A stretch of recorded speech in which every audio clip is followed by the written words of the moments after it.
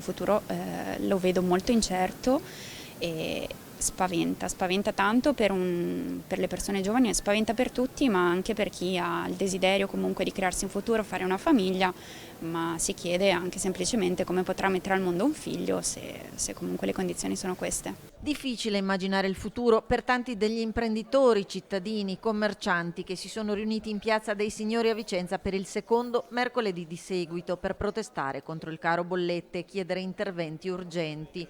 Tante le storie e le preoccupazioni. Io ho l'attività, io le bollette le pago mensilmente perché ho parecchi kilowatt, in media pagavo sui 570, l'anno scorso ho pagato 570 in luglio di quest'anno ho pagato 2.400 euro. Cioè sono tante e sto aspettando quella di agosto. E se avanti sempre di più occhi chiusi, non sai il futuro che ti aspetta perché stai vivendo nel terrore. Ho aperto un altro punto vendita nel paese vicino, dove sarei l'unico macellaio tra l'altro.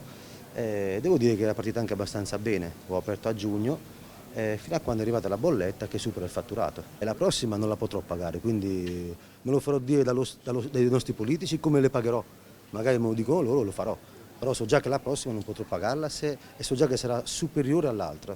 Un grido collettivo, fare qualcosa subito, a rischio attività, lavoro e di conseguenza la tenuta sociale del paese.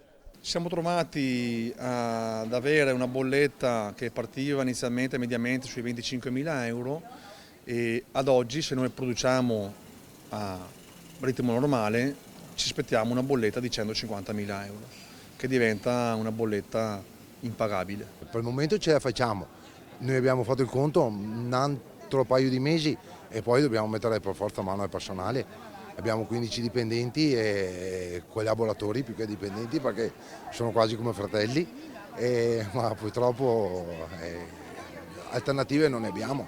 E intanto avanza l'ipotesi di continuare con le manifestazioni.